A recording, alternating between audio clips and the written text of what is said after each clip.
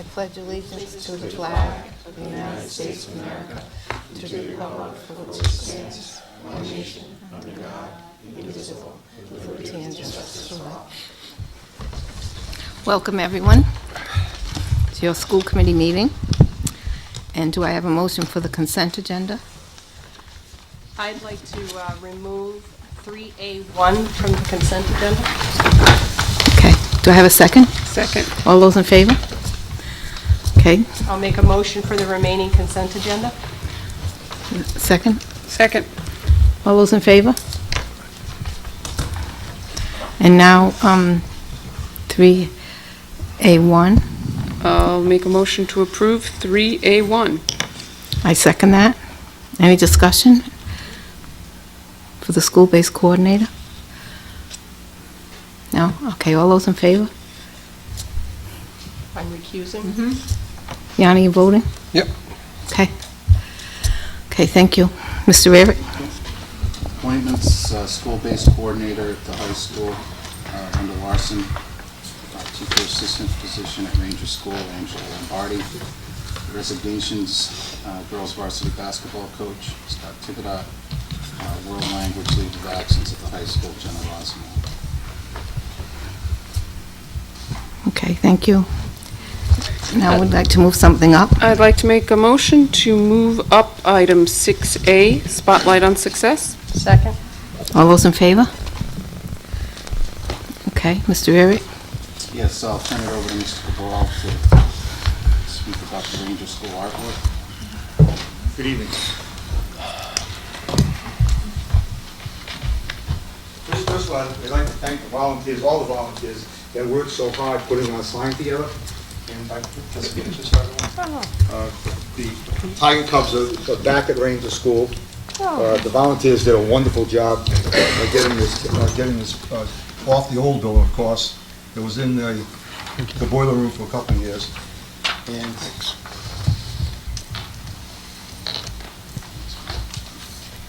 And we have our sign backing up, and it looks fantastic as people come into the building in the morning. I'd like to give out some recognition certificates for the people that really made this happen. First of all, one of our PTO members, Sarah Farley, was really instrumental in working with the committee, pulling the weeds, getting the grass out, getting the area fixed, and I'd give us the... She's not very You're outing me. Oh, that's very nice. You can put that Another on one your of our refrigerator. parent volunteers that was there every day with Sarah is Pam Powell.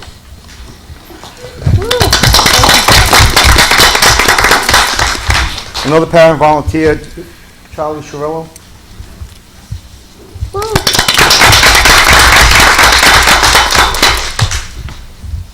Another parent volunteer, Peter Cirillo. He's the carpenter that really made the framework, Oh, it's put this all together. Oh, it's so and nice. it just came out beautiful. It is beautiful. Thank you.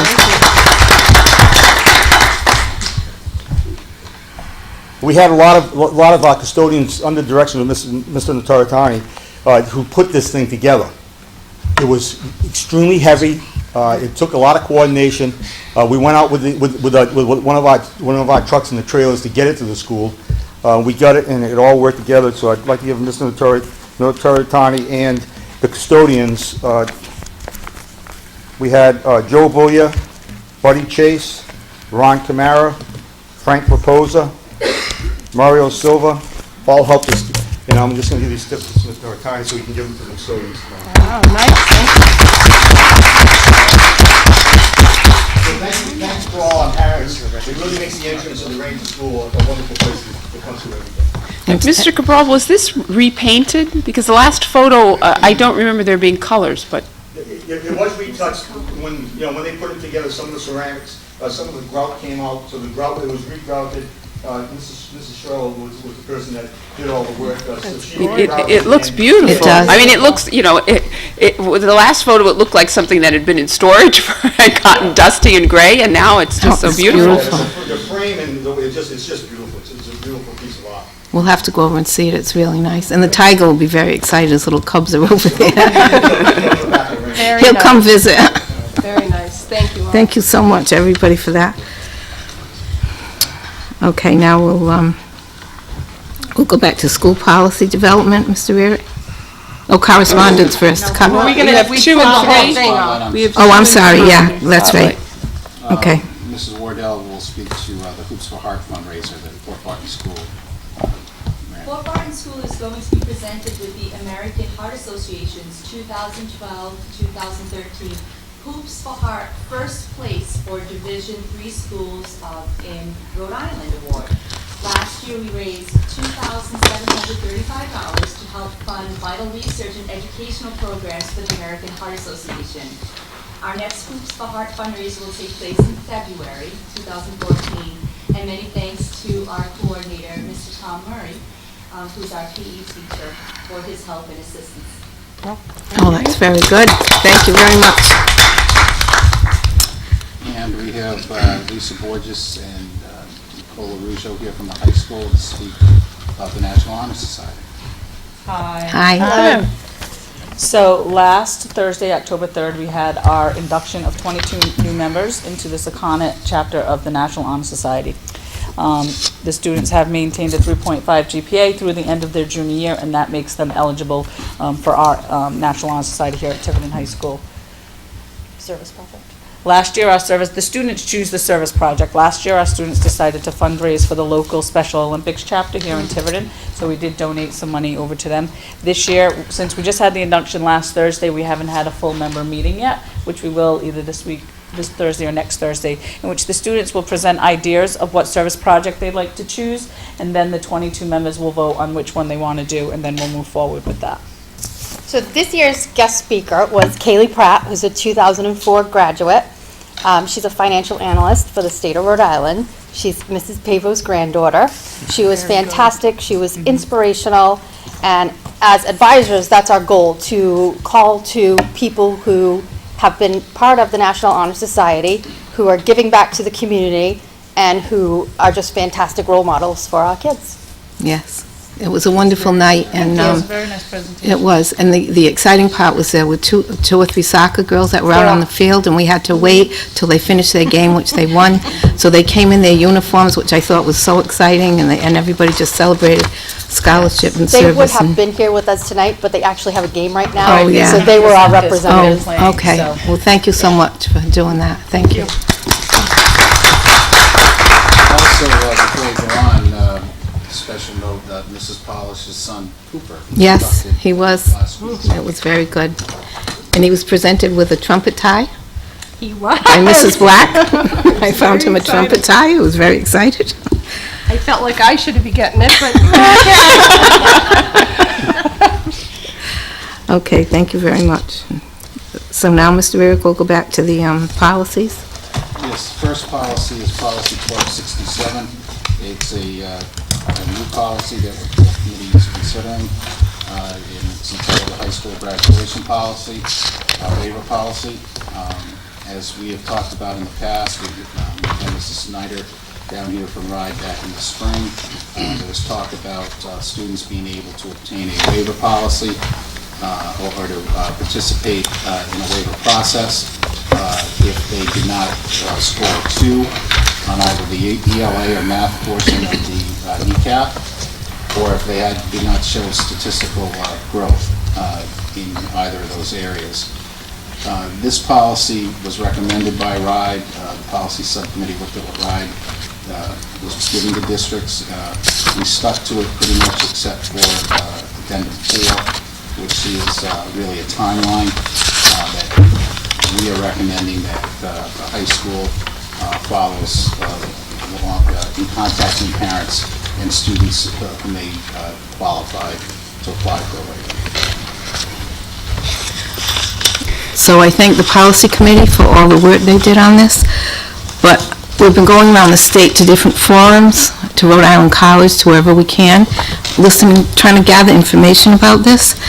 And on the first page, page 1, it says, in relatively few cases, students who do not meet the required level of proficiency. So the thing that I heard is relatively few cases, very rare situations is what I first heard. And now, Andrea Costanda, who is the chief of Accelerating School Performance, recently said at a forum in Warwick City Hall, the waiver is there for students who have mastered the content and the test doesn't show it. It is a big safety net. Also, a handout we got last night at Mount Hope High School said, they hosted the Board of Regents, and it states that the waivers are available for students for whom, for any reason, tests of any kind are not a good measure of their abilities. So anyway, I just thought that was interesting that I'm seeing a change, and I don't know where we are, but I do thank you for all this work on this waiver. And I'm just concerned that it comes in May. Is it the answer in May? If a child does not get the 2 to show statistical growth after they take the kneecap this month, they're taking it right now. This October, come February, we get the results. If the child does not get the 2 or show statistical growth in either or both of the content areas, then the waiver, they could consider the waiver following the waiver policy that we're proposing.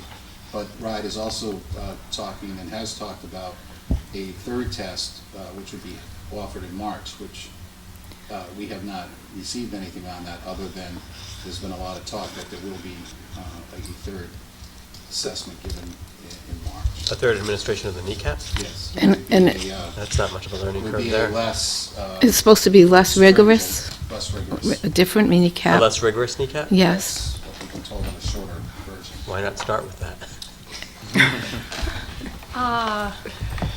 And That would just make Foolish sense. consistency? $1 million This has is been why set we always aside get for brought that? up in conversations. Well, we're just asking the questions that I'm sure if I were a parent with one of those students, I'd be asking. I know you don't know. It's a rhetorical question, you have to answer it. So, We're in- also making the PSATs available to be retaken again by this cohort of seniors, and also the end of February, any senior that hasn't exhibited statistical growth or received a 2, we're scheduling the military to come in to administer the ASVAB, which has also been approved as an alternative test. Hopefully, most of the kids will be okay by then, and if not, as Bill was saying, the next move would be to opt them to the so-called modified kneecap. But in the interim, we would also recommend that students go up to CCRI and enlist in the Accuplacer, because CCRI will not administer the Accuplacer prior to February? February results. So they won't do it before. So No, even they though won't. they've taken the test, they won't do it. Correct. Correct, but with the Accuplacer and PSATs, we're trying to get to the forefront, because they don't really have any jurisdiction over the the college boards have the jurisdiction over the Accuplacer, and that's why it's the college is taking the position. and it's they taking. were, CCRI was specifically directed by RIDE officials not to give it. Yes, that's correct, that's what we were told. But how would CCRI know when a student Right. appears and asks to take the Accuplacer, for what purpose Yeah. the student intends to use I it? don't know that they're administering any, are they, between? Good point, I mean, the student could enroll and apply to BCC or CCRI and take the Oh, Accuplacer as okay. part of the application process anytime at this Okay. point. Right. So why not do And that? essentially Why not do bank, bank the score. Excuse me? And then they could bank that Then they score, could bank have that it. score, Yeah. Bank that score, yeah. Right. So, But, yeah, I don't see any reason why you wouldn't do that if I was the parent or the teacher or the counselor or principal advising that student. That's under the assumption that they're offering it. I don't know if they are. Yeah, that's the other That's question. that's a question that would need to be asked. Right.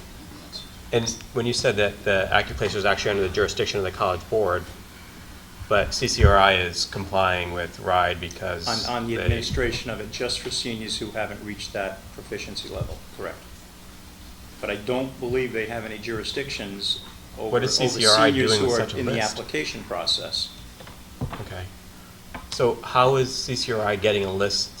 So if the students, you're telling me that any other student potentially could go get the Accuplacer, but CCRI is going to know who? I don't know what that process is going to be yet, to be honest with you. I think they wouldn't, if we went to CCRI and said, we want to administer it to all of our seniors, we want you to either come here or we want to take a bus there, they would say no. Right. But if we had seniors who went through the application process at And took it. CCRI, BCC, they could take it. I think that's what we're saying. If we- Individually. Yeah, individually. Okay. We just couldn't do it as a group. They Okay. won't administer it that It's way. just something you said implied that they would somehow know who would be coming for that reason. I don't believe so. We don't know what that process is going to be come February. Okay. So yes, Mrs. Black, may. Okay. Yes. But hopefully, we have done all these other things. The child would have to, has to demonstrate throughout the year that they're meeting all the work that we provide, all the help we provided them, that they're just passing all their classes, in addition to all the other requirements that you have to graduate, but all the things that we're trying to do as far as interventions go, we need to be following those as well. So I wonder if, given the comments that you heard recently, because this is our policy, it certainly was just, we used RIDE, if we don't strike the words in relatively few cases and just start with students who do not meet the required level of proficiency. Right, may apply, Just in- may yeah, apply I for a waiver. Don't qualify. That's true, because any student may apply. Yeah. That's It's paragraph 2, Page Yeah. 1, page 1. I would agree. Relatively few cases. Yeah. yeah, just strike Just it. strike the whole Yep. sentence. Right. Well, not the whole sentence. No, Just no. Start with, Just the start- phrase, so we'll say Students. students who. Okay. Just because there seems to be a shift, and we don't want to have this in ours if there's And a every shift. student has the right and to it certainly apply is for a our- waiver. It's our policy, so Right. that's a good point. Because Mrs. remember, Black. this came out, I believe, prior to RIDE's evolution. Yes.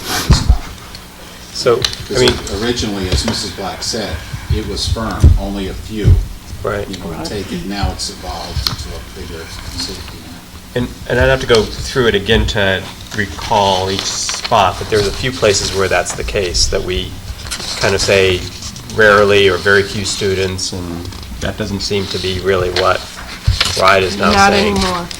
So wherever it is, then we There's a should, few different places where You we know. need to go Okay. through that and look again. Okay. So back to the timeline and the fact that this is all going to be, crunched at the end of the school year after the third kinder and gentler kneecap is administered and they don't. Assuming that it is. So do we have a sense based on, we have something a little less than 50 students who are sort of in this, We have 47, and Steve, we're down to what, 39 now? Some students have got bank scores, so we're probably around 36, 36, 37 that actually 37. get something between now and May. and is there a reasonable prediction that you could make of how many of those students may be applying for the waiver, i.e. long history of not performing necessarily on standardized tests, but actually quite competent in the classroom, and therefore Yeah, would be really, in it's that just talking to the category. individual kids, how'd you feel, that kind of thing. I was probably going to have a meeting with them after the kneecap is over next week and just kind of get a sense of, I know a couple of kids have felt much better this year taking it, but we'll see. The math hasn't happened yet. The math is the big one. We only had a couple of students in reading. Because of the statistical growth provision, it's hard to determine. Yeah, no, I understand Because that. there might be, again, those children that don't receive the two, but do move the score now, so it's. We had 20 students who were really close. They were within 5 scale points of a score of 2. Right. And then we had another cohort of about 20 students who are going to need to make statistical improvement. I think that's the cohort that's going to be hard to predict. So I could imagine a situation where this, because it's going to be a very time sensitive issue right before graduation, if there were a number of, and you also, it's a very labor-intensive process of really going through and looking at the academic record and really taking into consideration all the things so that you're not just making it a rubber stamp, but also at the same time giving everybody due process. I would be thinking about what I will do if I was needing to ramp up quickly, what kind of resources I would pull in to, really give everybody, a fair hearing through this policy.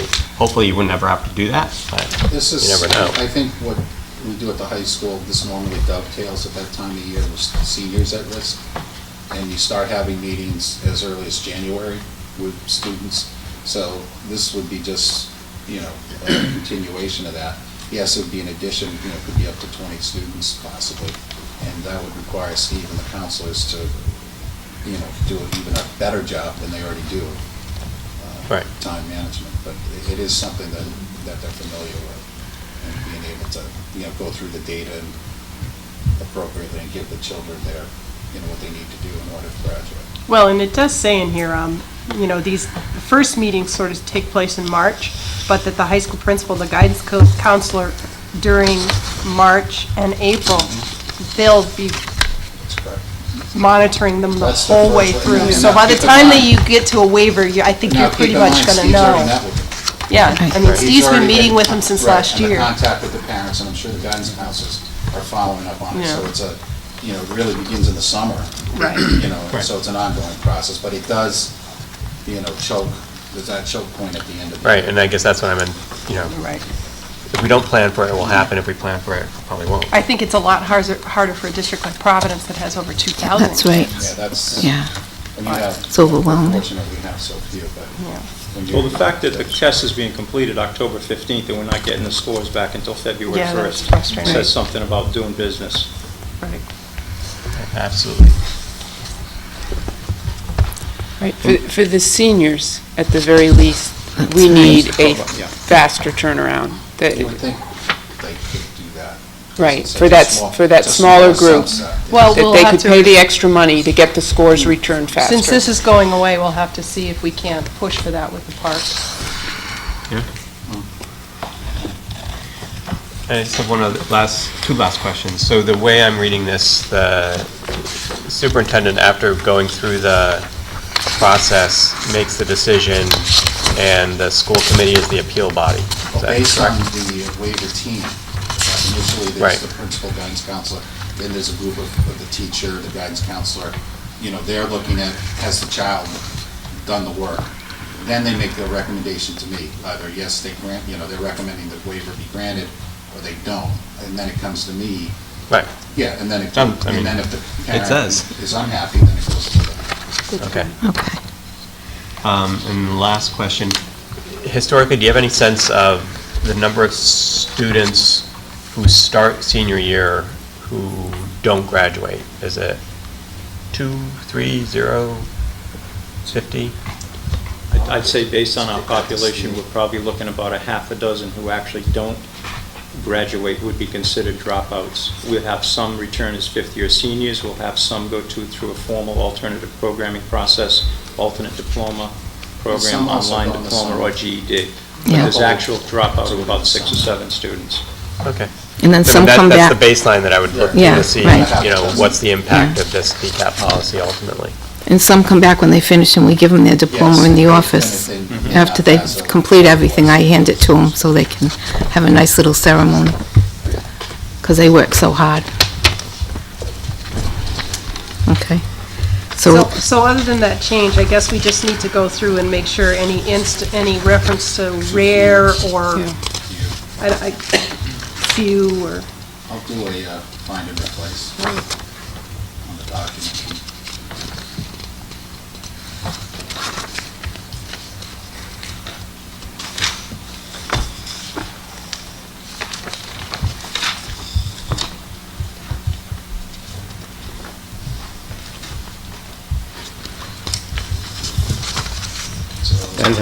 So I thank you, Mr. Fazette, for all the work you've been doing all this time with the parents and the families and the students, because I know you and your team have been working very hard on this. Thank you very much. Thank you, staff, appreciate it, staff. So do I have a motion then?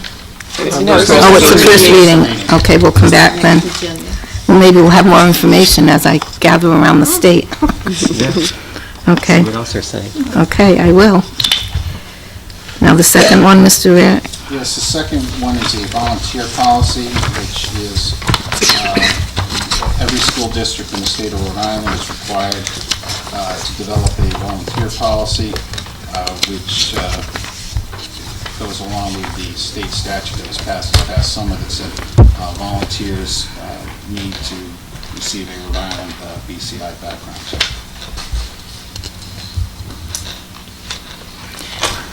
And then there are the exceptions written in here Yes. that it doesn't apply to. That's correct. so that's good. Which is really not many. But I mean, some, it's you pretty know. much if you volunteer in the schools at any Yeah. time during the day for anything, Right. you need a BCI. uh, Or any Mm. school, like a dance, Field trips. field trips, you know. And this is a significant change for us, so Yeah.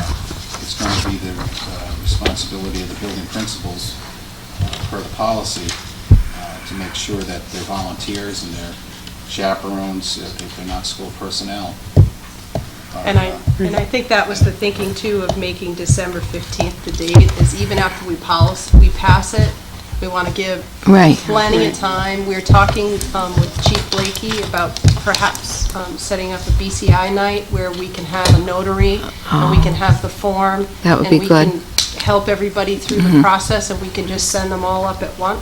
We're going to try to do that. And the law also requires these checks to be done every year for parents. So maybe moving forward at open house nights, we'll have reminders out and we'll perhaps have a notary at every open house to Yeah, that's. facilitate the forms. Every year, I Yeah, didn't so realize that. I was under the impression, and, you know, it's total hearsay, but it was actually hearsay from a lawyer, that it was every 3 years. That's not correct, according to the? Did you check with Steve Robinson? he proved this and Okay. didn't. But we he can, just said- we can We check. can Double check check. on I it. did, from what I saw online, it was every year, and that's why I asked to have Annual, it said? Mr. We Robinson. can check on that, But we certainly won't make it more frequent than No. what But is it's required. As frequently. as the law Yeah, states, we right? will match the state, so if it's every year, we'll have to require it every year. If it's less Not- frequent, then it will be less frequent. Do we have a sense of how many volunteers this is actually going to? I'll have to ask the principals. Right. Because it varies from school to school. A lot at the elementary school, I would think. And what's the cost for it? Because the cost is The state is. $5. Well, if you go to, The state go to one, I mean- Providence. But I It's don't know five. if it's as comprehensive You as can what's also done do in it online, in the right? town. It's. Right, that's not required. That's not required. Okay. Yeah, you can do it online. So then It's five. $5. I did it. You can do it Because I wanted to online. see how it worked. You can do it online, you can print out, well, you can't do it online, you can get the form online. Oh, okay. Then you have That to didn't make sign it, sense. you have Yeah, to get that it didn't make any notarized, sense. you have to send them self-addressed stamp envelope, and then it'll come back to the superintendent's office, but you can get the form online. But that's why we were thinking if we have a BCI night, we could supply the forms. That's a we good could get idea. the checks. You know, you need copies of, So there's no fingerprinting with that? No. not with this one, no, not. I know We there thought isn't. that originally, but it's not. It's not, yeah. That's Social the national, and that's Yeah. not required for volunteers, Right. just employees. So a form, a self-addressed envelope, form notarized, and $5? And a copy of your driver's license. License. Could we get a volunteer to do it for them? Well, we are going to try to we're going to try to get the notary, which is. Yeah, we'll Mrs. have a Pavo. notary there, we'll have a copier there. We're going to ask if she Right. can Yeah. help us have a Yeah, night. we'll where pick a we night. notarize. And, we'll try to help as much as we can, but, I mean, And if we had a sense of the number, could we consider, people are volunteering, $5 is $5. Is that something that the school or I don't know, we could ask the PTOs or someone to? I think if it's annual, you're gonna run into a problem trying to do that. And you're gonna pony up, I mean, there's hundreds of them. I mean, And they're going to be at all different times. Yeah. Now, this Well, does the not mean this, schools fund that. I want to clarify, if PTOs want to meet after school, well, yeah, that does. they're waived from that. Right, if you go to a parent meeting, you do not You need a don't- you BCI don't need check. to go. Right. It's just if you're coming in basically essentially contact with kids, or may come in contact with students, that the policy is required for. And many communities around the state actually had this in place before the policy, the General Assembly even passed the policy. I know Portsmouth has done it for We spoke about it years ago Bennington as well. when Mike Burke here.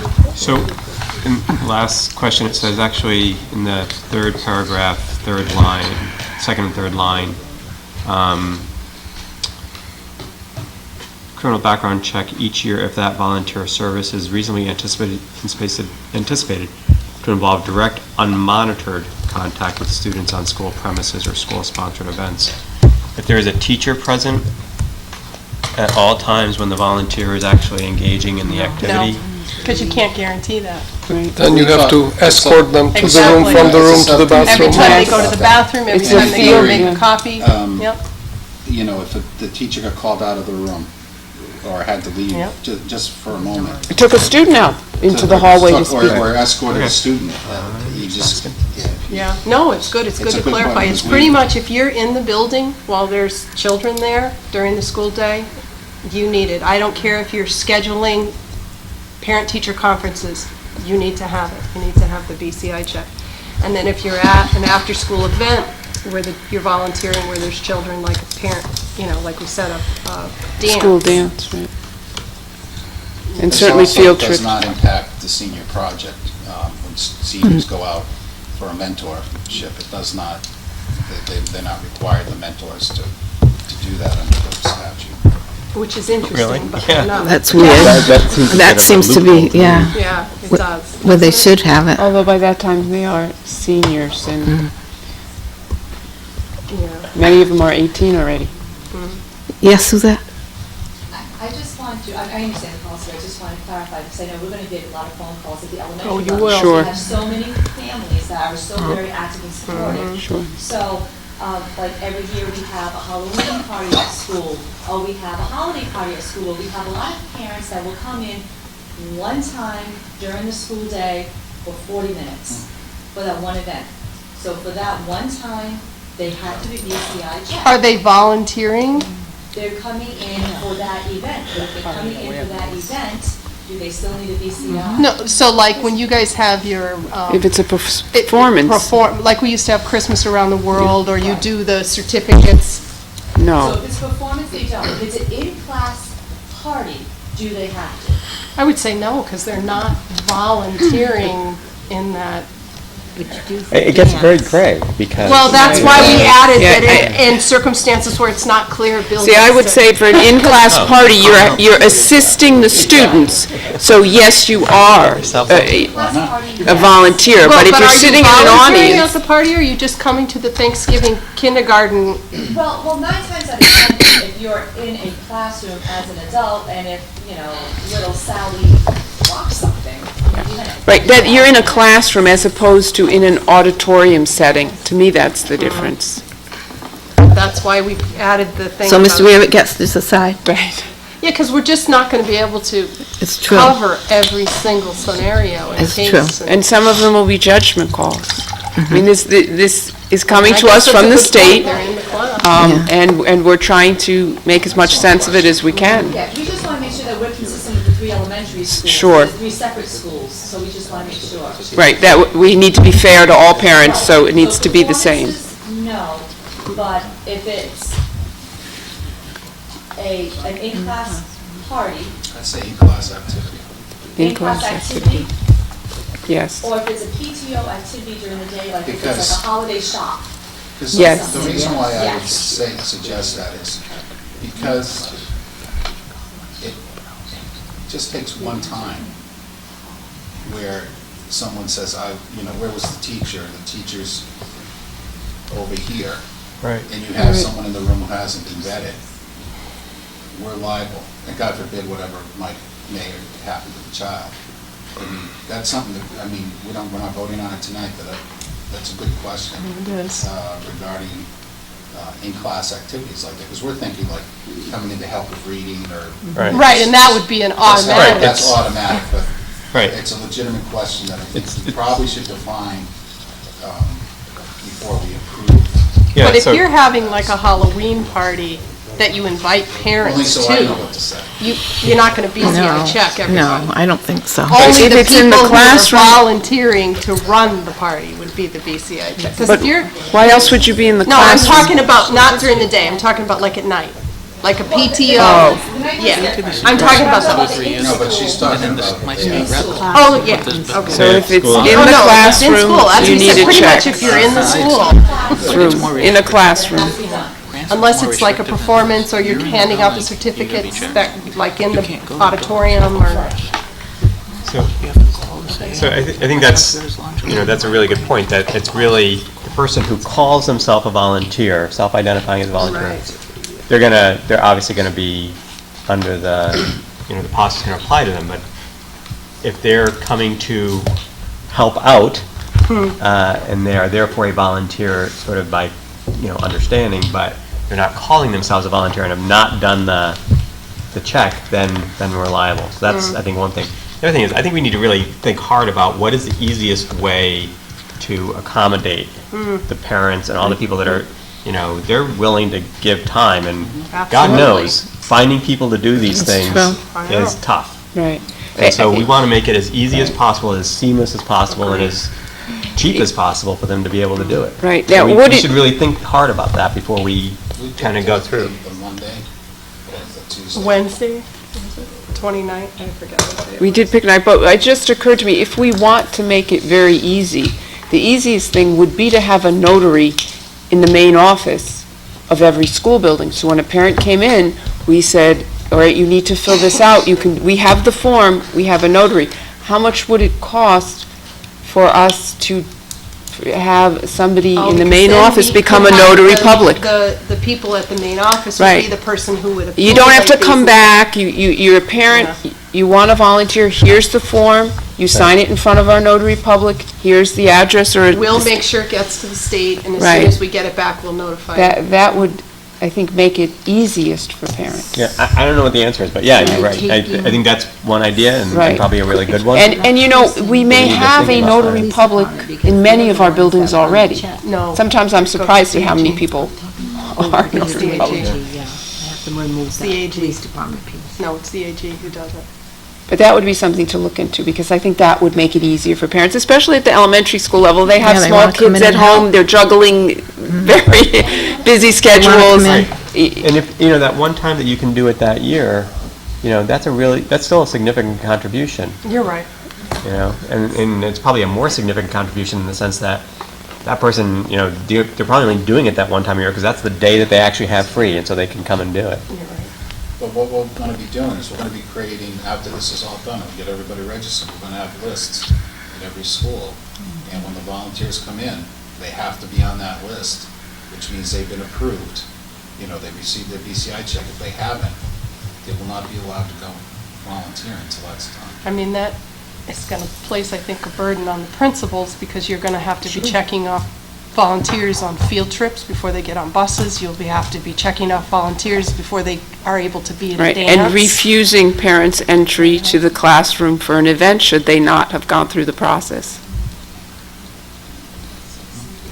So, yeah, anything we can do to make it easier. It's every year. And to get the word out early. I'll double check with Robinson, I have no problem. I mean, maybe we do, Jerry, think have, it's every year maybe because- we have a BCI check night, and that's the night that we say, hey, one of the benefits of coming is, we're going to We pick up cover the it, tab. right. Yeah. Couldn't we do something like we do with sports, like I used to do the sports night, go to the sports night and do them that night, and then just any stragglers would come in later. Yeah, that's what we're talking Right, about, yeah, having having a like night, BCI right. night. Or even doing it at an open house. Right, open So we house would would be need- convenient. Right But the now- problem is we need an open house, we'd need, Right now, we need to pick a night or a day, a Right. methodology to deliver, This say year. to parents Because open houses, to do yeah. it now. right, But you're because right, we open don't house have a notary at Right. all 5 The schools. first year's going to be more difficult. From now on, even when parents register their children the first time in our school buildings, we can give them the form or saying, should you be interested in volunteering? We encourage that, we welcome it. By the way, you'll need to Now, have this form. What did we decide for if parents, we have a lot of our parents who already have BCI checks through soccer, They Little just League. have to provide. We just need a copy of Yeah, it. just like someone who said they've been certified coaching. Okay. You know, they And it just- has like the seal Yeah, on they it. just need to Mhm. provide that to us. That was the purpose. They don't need to do it. Questions? Any questions from anybody? That's confusing. Yes? What about after-school events where you have parents that are volunteering? Can I just have you come up, because when you're watching it on TV, which I did last time because I wasn't here, you can't hear anyone back there when Thank you. My question is, what if you have parents that are volunteering for an after-school event, but the children are coming in with their families, so they're supervised with their families? The children are not unattended. After school, it wouldn't apply. It does not apply. Like a Halloween party. Or a science night. During the school hours. Or the middle school, well, no, it's not only during school Well, hours, because it would be dances But if too. it's, Yeah, it doesn't But if apply. parents are No, there, then with their own children, I would think, School If they're program? supervised Yeah. by their parents. right, then they're in the now jurisdiction the of question their becomes, parents. is it PTO, it's not school sponsored, it's not a school. It is. Is it or isn't it? It is. PTOs only operate with our permission to operate, so it's our event. If we don't give PTOs permission, they don't get to hold the event. All PTO events have to go through a principal. True. So it's then it our would event. require it? Sounds like it. Except if parents are there with their own children. Well, that's what I'm saying. is It doesn't if- seem to if make you say, sense. you know, I need volunteers to run the Yes. Halloween party, Yes. those volunteers have to be BCI That's my checked. question. But then the parents who come with the kids, Because you know, everybody Right. dances, I might be with my son. No, dance I would say, but you for know, instance, But the we can't- science but we night at can't- Fort we can't just- Barton. What I'm saying is from an operational standpoint, we can't split hairs, because it'll be driving me crazy and the principal's Right, crazy. right. And more importantly, the parents crazy as to, do I need to get one, don't I get one? We need to really be clear as to what the parameters are. It's a good question. Right. It's another Just one of like- those another gray good question, areas. Just like Suzette, brought out. These are all things, that's why we have these meetings, so we can try to. and I'm trying to think, like the Make it middle school, evolve. when the middle school did the Patriot Museum. Right. Well, Oh, right, you Or they wouldn't. have the after That's a science- after-school performance to science me. Yes, that would be. But even the squid night at Fort Barton, I would not think that parents, you're participating but in it's something not with your your event, child. it's the teacher's event. You're just So- participating. Right, so parents would not need a BCI I check would say to do that as a participate. performance type thing as well. Yeah, Yeah, because that's... where you're in the audience with your child. Could we actually get a copy of the law? Sure. That would be And good. maybe circulate that as Oh, well. because and that'll see be if we- helpful. Yeah, we better get a copy of the law. Because it couldn't be any more unclear. Okay, good. I think this is a legal matter, and we should delegate this to Steve They kept it Robinson. as vague as they possibly But we're the ones could. that have to adopt the policy. Well, I understand, but So, yeah, I do you feel agree. competent to decide where is this fine line when the child is in our custody or not? I don't. If you do, that's great, but I think the lawyers should basically define this fine line for us, and then everything is going to I fall think- either left or I right. agree, but we should define what that thin line looks like. In other words. Right, ask where we these have questions that questions. we just had. Yeah, Right. absolutely. Where do they That's right. fit? It's Through Where these they fit. questions, let him Have decide. Steve, Yeah. define it for Yeah. us. Right. I think it still would be worthwhile for us to Well, look at the absolutely, get a law. copy of the law. We'll like to see the Because law. ultimately, we're the ones who are deciding on the policy with his advice, of course. Yeah, I'll get a copy of it. It's pretty much a legal matter. I mean, he This may policy. say, Yes. it's really not clear, it's up to you. Right. Well, that's what In the which General case- Assembly's Yeah. good at. Right. Well, Right. We want to And- make laws. and in but that we instance, don't we have to then carry it. decide. Agree, what- yes, and what- So then ourselves. where it's something like this, where it's really, we don't feel there's a risk and it's a burden, and Steve agrees, we say, no. Yeah, And that's my follow-up question. What is the turnaround time? Because obviously fall brings many events with the Halloween and That's Christmas. why we did November Right now, 15th. If you can do it- tentatively, if approved, go into How long did it effect take you? November 15th, so Yeah. they may push When you do that it for to soccer, it's like It's quick. 10 minutes. Okay. But was it that fast Well, for you? who got them back? You apply in 10 minutes, but how quick did it get back? No, it comes back. It's a- Oh, did you do it at the police station? No, Or up at the no. agency? For, I thought by analogy, when you do it for soccer, you get it back, I guess if you have a clean record, which apparently I do, really fast. Who's doing, like, is it, You go online and do it. There is no notary though. see, Then When that's I- not when I coached BCI. in Portsmouth, when you coach, you had to go online because the Little League used and the basketball league used the service. You punched it through. yeah, ran it, they pay a service to and do that. Obviously, everything's all right, but, yeah, Right. I Like, didn't if see you, anything or get anything. if I go out up of to the AG's office and I don't want to mail it, I'll be done in 10 minutes. But I have to go up to But that's a Providence to drive. do that. You did it? I mailed it because I wanted to see how Oh, that was. and It's how a long week. did it come back? a week, It was a week. yeah. What I would like to do is, and get the information that Mr. Larkin asked for, but ask Steve to come. So that Yeah. next week. Yeah. He should come. Because I think even if you put stuff in writing, it's best to have them here, because we may. Yeah. we may Right, and if third- parents have we- additional right, we may questions. need a third reading, Right. you know, after. Which is, and we may need to push it off. I Yeah, mean, that's it's- fine. I mean, technically, time, yeah. it was law as of July 1st, and we're not complying right now, so. Every other school system must be dealing with the same thing. They are. Well, some already had it in Yeah. place, like I Some said, already some have it. already did it even before the law. But we will have to send out multiple notices, and then every time I think an event is publicized or communicated to parents, it will have to specifically say, if you would like to volunteer, you be sure that you have completed your Right. BCI check, or no BCI check is necessary to attend this, you know, And we'll event. just have to sort of work through all the situations that we Different really scenarios, don't know yeah. as we go along. And I think it's also important that we communicate to the parents at the same time, A, it's protection for their, It for the is. protection of their own children, Absolutely. Yeah. and it's mandated by law, so. Right. we're I not don't think necessarily- anyone would disagree with it. Okay. We just want to know what to do. Ahead of time, We need- yes. Yes, that's all. So It's true. we need to work. Okay. Thank you. Thank you. Thank you very much. So we'll come back with that. So I'll So have the answers for the committee regarding. the, So you got the couple of length. questions? Yes, whether it's every year. Every year, And track down how many notaries we can find. notaries, activities Right, during already the in our day. building. And a copy of the law.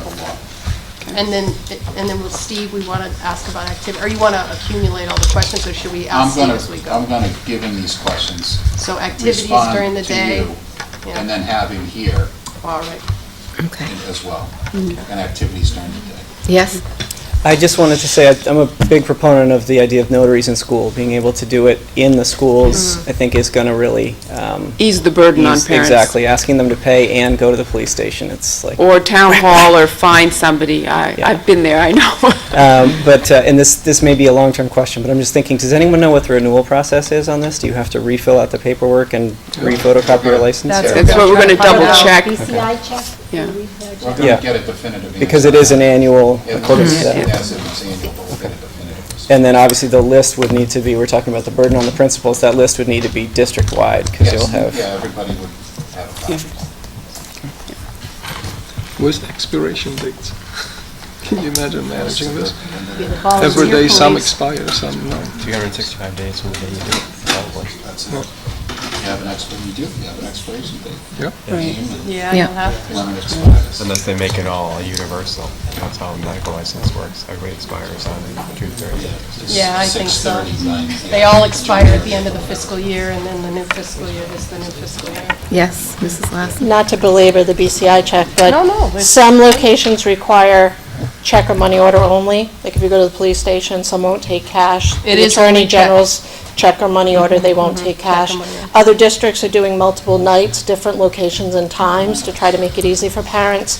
And some districts, surrounding districts are also incorporating it into parent-teacher conference nights as well, where you get bulks of parents there, husbands Yeah. and wives, because sometimes the wife will volunteer and you drag the husband on Christmas Day Yeah, or I think whatever. the key is may having be. notaries. So Right. Is where they're we're they're gonna- incorporating that as well. is where I we're would gonna guess at follow. least Thank initially you, we're gonna have to Linda. do it Put an email out to several everybody. different ways, several different times.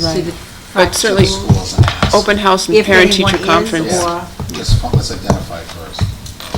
there aren't, I know there aren't. How about parents that can volunteer as notaries? Would they have to probably get a some- BCI check? No, if there's not, I would say if they're sitting in the main office. Well, there's probably some that are As long as it's paralegals before or this lawyers. activates, it's fine. I'll bet there are notaries out there. Yeah, a lot of legal secretaries, paralegals, Yep. a Yeah. lot of places. We have several staff members in our building Yeah, that are notaries just because you need them. We do too. Alan over to- He will be. He will be. Next week, he'll be a notary. Maybe we else should to do, be, yes, principals, yeah. How long a process is it? Fire your people, well, see, I've been it for a while, so it lasts 3 years, and then I pay the dollars I mean, they're again. gonna have to just check them. And I think that one should also be central office, just a double check. Notary. Okay, nobody else? Anybody? Notary. Or Al? Okay, Mr. Eric, Fort Barton Air Conditioners? Yes, I can just get to that. last meeting, the committee asked Al and I to look into several questions regarding the air conditioners and various other options. What Al was able to research and have in your packet, we looked at 7 items: window tinning, awnings, wall-mounted air conditioning units, window air conditioning units, portable air conditioning units, and ceiling fans. The prices for the various options, the window tinning was estimated to be $6,500, awnings at $11,500, wall-mounted air conditioning units just for the upstairs classrooms at Fort Barton, $43,200, window air conditioning units based to take care of the size of the classrooms with $7,200, and that also included wiring that would be necessary for the 220 usage on the air conditioners. Portable air conditioners at $37.68, and ceiling fans would be $64. And as far as the central air option, there are ducts there, but it's to move the current air in the classrooms, bring in fresh air, and get rid of the stale air. So There they're is not no- HVAC ducts. There's no HVAC ducts in the building. So if I could, I'm like, kind of, I wasn't here last time. I did watch the meeting. I think one of the good things this has done is, I think there's lots of conversations going on. I actually had a conversation with parents at the football game and after National Honor Society. I think what I'm hearing, this is not a building issue, this is a school-wide issue. For instance, one of the things that was brought up to me is we actually have third-floor classrooms in the back of the high school because the bottom level and the front may not be at grade, but the back is at grade. So by the time you get up to that third level, some of those labs back there can be quite hot and humid and stifling. I would imagine there's probably a similar issue at the middle school. So my concern is, I think this is great. I think Mr. Notoriani, as the technology director for, trying to get some of this information. But my concern is, I think we can't piecemeal it. I think we need to look at it as a district. And the solution may not be the same in one building as in the other, but I think we have a district-wide issue that I would kind of like us to focus on. And I'm seeing that, we're kind of all bringing up what we do in our own houses: awnings, wall air conditioners, ceiling fans, window tinting, and I'm wondering if we couldn't bring in an expert in institutional buildings to take a look and say, here's the options in this building, that building, this building, so that we can, we have an issue. And I mean, it's great, we've had this conversation now, we know it's an issue. It'll only be maybe an issue for 10 days out of the year, but it's a serious issue. 90 degrees in a classroom is hot.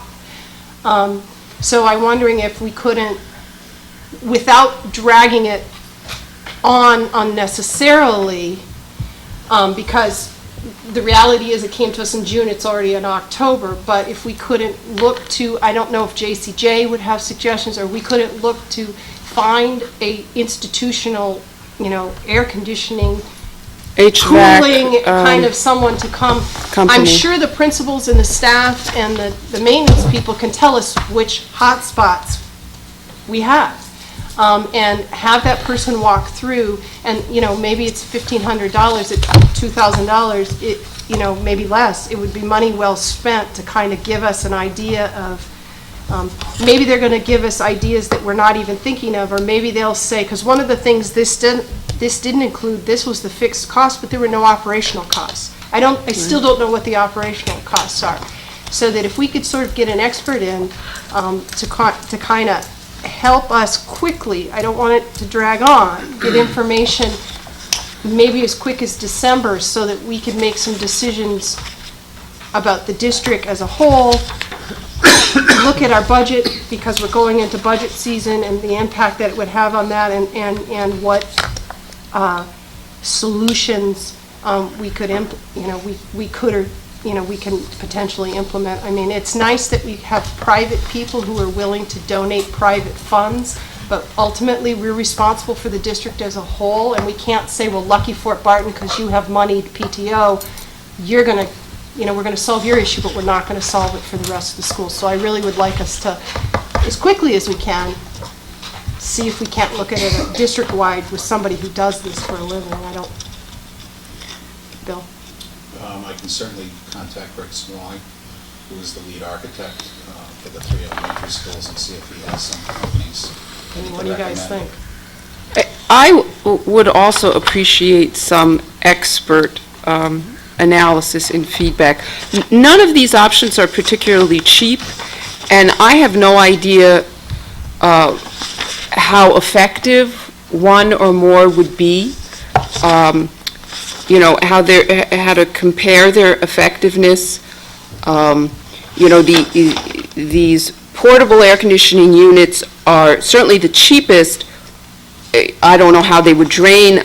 From the little research I did considering them for my own home, I've read they're not really a good choice, but I'd like an expert to tell me that we should cross them off the list. I'd like an expert to tell me, that window tinting, that'll lower it 5 degrees, but I don't think it's going to be enough to make the kind of difference you're looking for. Right, or actually, you should go with the air conditioning and the tinting because it'll lower your operational costs considerably. And also, as Deb said, to address the hot rooms in the rest of our school buildings. And it may be that we can't afford to make changes in all the buildings in the same year, but I think if we're going to start addressing one building, we have to at least be able to tell parents, we know it's a problem, and we're going to get to you. We're going to get to the middle school. We're going to get to the high school. Here's the timeline. And I don't even necessarily think the solution may not be the same for every Right, school. because That's okay. the electrical wiring in the older buildings might not support the same solutions. I did have, well, I'll let you guys, I have another question, but we can talk about that. I mean, the other thing we could do is instead of pulling out the AC piece, we did want to do a facility study. We could go ahead and do the facility study. We would just expand it to include the But 3 we elementaries for the specific For, feature yes, of for cooling measures I only. mean, now that we have the septic issue, but my only concern with that is again, we do have the luxury of a little bit of time now, but I don't want it to go No, out we don't so wanna long drag that it we out. wouldn't have a solution. I could obviously talk to Greg tomorrow, or whenever I can reach him, and ask him what the timeline is. Because we do still need that facility study. Or if they do a facility study so that they report back on This the piece. cooling piece Well, first. we could probably, because since we'd be paying for it, we could structure the RFP any way we wanted it. And Greg could, would help us with that. So weren't we going to get some information from National Grid about what the cost would be as well? Weren't they going to tell us something? There was some sort of report they were going to make for us. They'll be coming at the end of the month. Okay. So, so we will have that eventually. And I agree with you. It is, it's potentially or probably is a district-wide problem that we have to address. But at the same time, I think I would try and keep in mind that if it is a problem that we have to address district-wide and we probably are not going to have the funds to do that probably the last thing we want to do is turn down, if we can't afford to fix the problems district-wide, I would say we can't afford to turn down an offer to help us at least remedy some of the problem at some of the site. Now, what is the best way of doing that? I agree. We probably need to try and make the best decision we can. And perhaps a consultant is the way to figure out that question. Right, because is it the tinting, is it the our awnings? solution is may it not some- be necessarily Absolutely. the solution that's being willing to be paid for. Well, I That think- shouldn't, I don't think that, we need to come up with the best solution district-wide for each of our schools, and it shouldn't be, well, we have, a moneyed PTO who's willing to implement the solution they want, so that's gonna be our solution. I Yeah. think we need to, I think I would venture to I don't guess- think that's what they're trying to Yeah, do. no, I I think don't- they're trying to help. Right. And I think it's wonderful, actually, that they brought this discussion to us Right. instead of just solving it on their own, Right. because otherwise we wouldn't have known it's a district-wide issue Yeah, like it is. I would get, the parents that were here last meeting seemed very open to other suggestions, ideas. I Yep. think their biggest concern was that we address the problem, I but also agree. that we not delay in addressing I the problem, agree. and I hear that's sort of what Yeah. everybody's saying. I think it would be a good idea to get better, as we're sort of in a data-free mode last meeting, we've got a little bit more data now with these quotes and with some more temperature data. I would imagine, can't speak for them, but I would imagine that if we have a person with some expertise in the area come and tell us, well, air conditioners are great, but actually if you did and awnings, this, or you yeah. did tinting, or you did tinting with portable air conditioners, or whatever, that this would probably be the Your most biggest bang for your buck. Right. And I think that the PTO would be very open to that idea, as long as it was a reasonable and the best solution to the problem, which And clearly I exists. love the idea of this sort of this private-public partnership where, we know we're gonna have some fixed one-time costs, and if we can work with, whomever, businesses, parents, whomever, to try to finance those one-time fixed costs, where the public portion being us making sure that we can incorporate those operating costs, Right. that's best case. I mean, but, whether we can get there, I don't know, but certainly I Right. think it's the best case scenario. So, and again, the issue of the delay, I think, is really, has to be Yeah, which is in why I mind. said, I agree, that if, if we decide to do a facility study, and this is gonna be a piece of that, they need to understand, we need this, like, Yeah. this, it can't be, Well, we need want the it back in June. facilities Study, or it's just whatever the committee determines in short order, because we have to budget. Our budget process starts in a month, Right. our preliminary budgeting. So we need to be able to put into our capital accounts or determine how we're Whatever. going to use our surplus. We need to, we got to start making those decisions. Or like Sure. phase it in. And again, depending on, obviously the scope is not something we're going to be, whatever the solution is, I can't imagine it's something for all 5 schools that we can afford in 1 year. Right. But I do believe we need to get that done in short Yeah. turnaround time. Well, and again, if we can't afford to fix the problem, we can't afford to turn down a solution or help with a solution. I don't So- disagree. Yeah, I guess I want to come up with the solution Right. and then seek Yes. funds to Okay, finance that's our not- solution. So is the what I'm facility looking to study do. was budgeted this We fiscal haven't year, taken- we've had it but we in haven't our budget. done it yet. We have yet to. What kind of how long did the facility study take? I'm going to estimate it takes probably a month and a half, from the time of the visit, Right. to writing the report. getting Returning it. Don't you think they'd have more time now, too? Because it's not, like, construction is not, they're not really in I mean, I can construction get it mode right definitely now. in advance. Yeah. I'm Yeah. just estimating based We on. just Talk want, to Greg. I am. Yeah, Yeah, and I would say, yeah, JCJ we want you to is look at such a this good particular resource. part of the problem at least Right. first, First. Yes. Yeah, so that we no, can certainly can Right. get a sense of. prioritize it and First delivery date and then balance of it. Okay. Mr. Burgundy? are we going to No. allocate any funds for said project, or do you Yeah. want just to report back? I mean, Well, that's we're just- gonna need we're gonna need Allocate So do funds we- for which said project? a facility Facility study. study? We're I gonna thought need an it was already RFP. So do we take a we vote to could- authorize Because going then I out can for an start meeting with RFP? Greg, 'cause he's offered to help us with the RFP, with the You could, RFP. we can Yeah. vote to authorize you to seek an RFP RFP. on the facility study. Try to So have it moved. first at the next meeting. Second. Any discussion? What's ironic is I think that students are as hot in the winter in the high school. I as That's agree. they are true, in the summer. absolutely. That's why I And love and the it's costing us a facility. lot more when we're burning But oil to make also- the 90-degree classroom. I agree. Nobody's hot at my house in the winter, so. No, you can come Well, here kids in have to bathing come to suit the high and doing school. sweater. But at least you can, it's costly, but you can at least open the window and there's not a health issue then.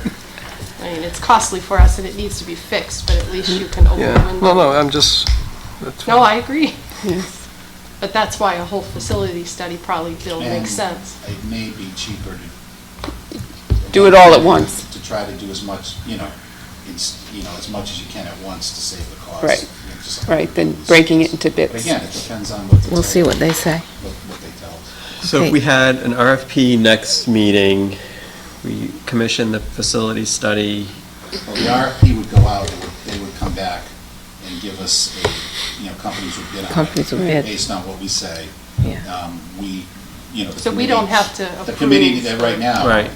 But at our next meeting, not even at the next meeting, we just put the RFPs out. Yeah, you just see put what them they out. are, and then come Have a back. recommendation. And then say, we think, this is the best company, and they promise to do the elementary, airflow cooling situation first.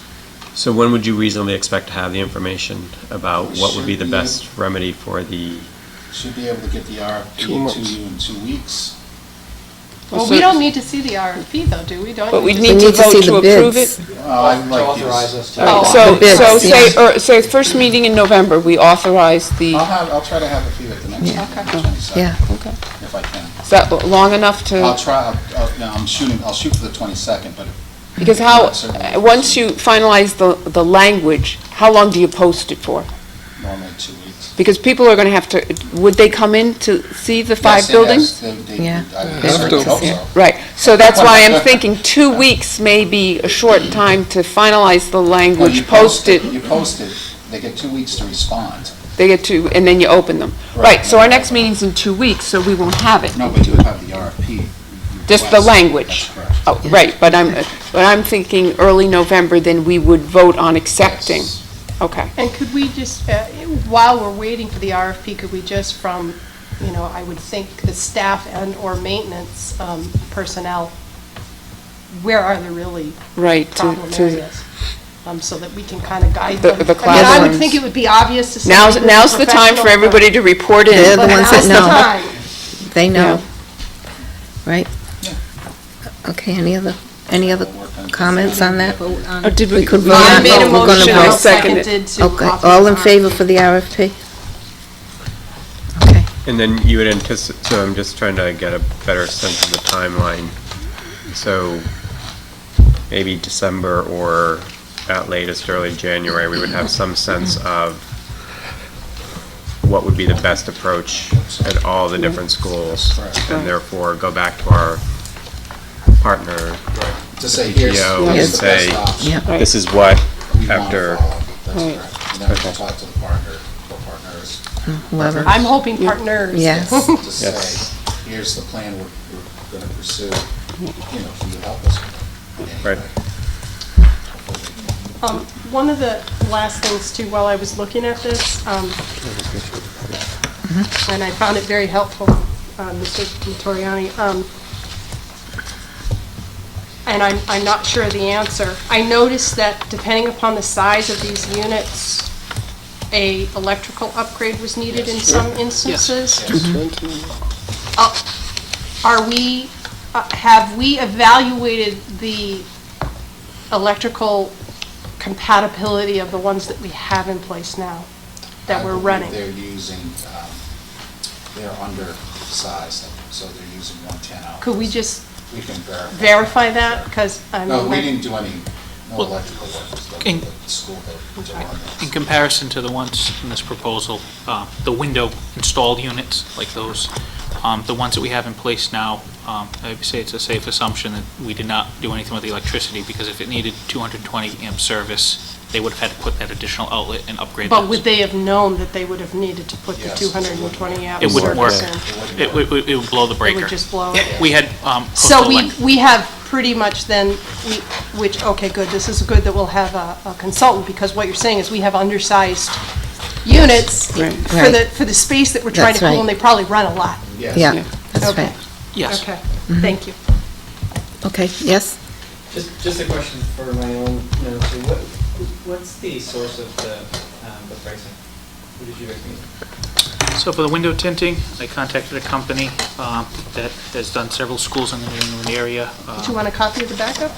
It's all in here. It'll be Yep. online. It's online. Yeah. All right, I'll get it online. But I can give it to you right now, too, if you... I'll just bring it. Okay. Thank you. And then at my own peril, I will speak for the Fort Barton PTO anyway, in terms of, being willing to work. We're not set on, we see a problem and we see a solution, but that's, by no means are we, set on this one solution. So we're perfectly willing to work, towards whatever the best solution is, given that, it's feasible in terms of the cost, and it also is sort of a known quantity in terms of results. So, awnings, solar shades, ceiling fans, great, but somebody's really gonna have to step up and prove that it's gonna work. Right, that's what we're what looking they for want. as well. Yeah. They come with a certain degree of familiarity, so. And expertise, yeah, that's what we're looking for. Thank you. Thank you. Thank you.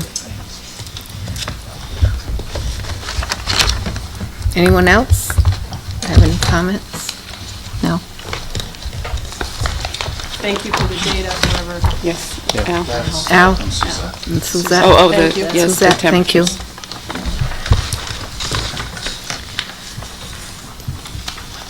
So you don't need any more votes then, right? Okay. Okay. Now, the next thing is the school committee, budget committee, and town council. They have their joint workshop, and it's going to be at 6:30. Okay? Not 7 o'clock, just so we can... We did post it at 6:30. We posted it everywhere in the world, so we wouldn't have any problems this When is time. it? October 17th. October 17th. So a week from On a Thursday. Thursday. And this is already posted, you said? Yes. And it will be held here.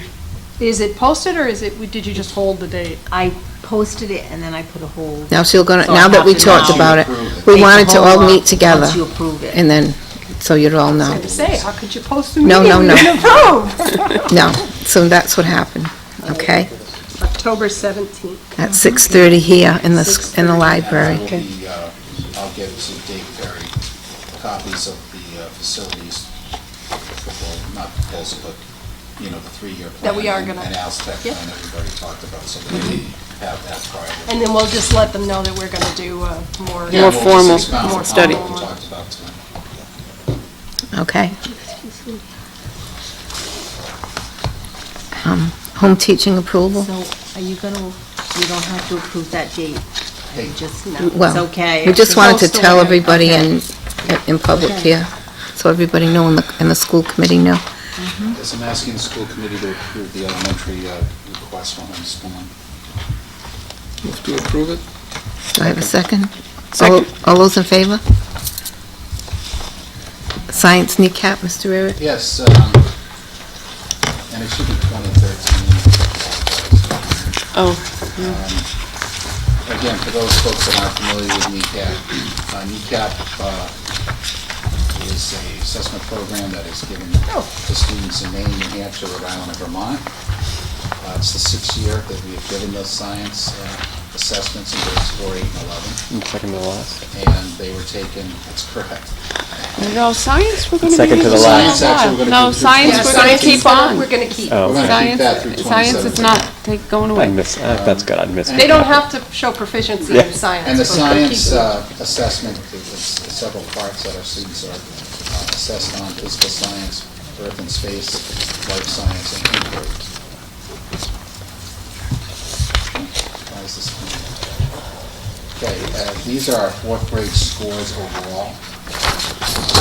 They're doing very well, again, 16 percentage points above the state average. And we'll just break those scores down a little bit for them. Oh, this is nice. All right, I'll just go through each school, each grade. At 8th grade, our 8th grade scores are continuing to progress in a very positive trend. You can see from a low of 18% in 2011, we're now at 36%, and 11 points above the state average. We're in our 3rd year of our new science. Yes.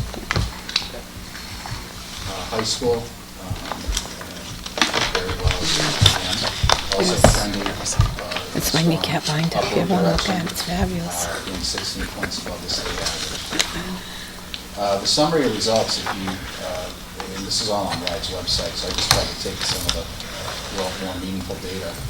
Student achievement in Tiverton for all levels improved. And for some reasons, RIDE won't give us the 14%.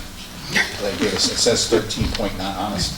It says 13.9, so I do know how to round up. But this is what RIDE has given us. District-wide, from last year to this year, we improved by 5% over the previous year.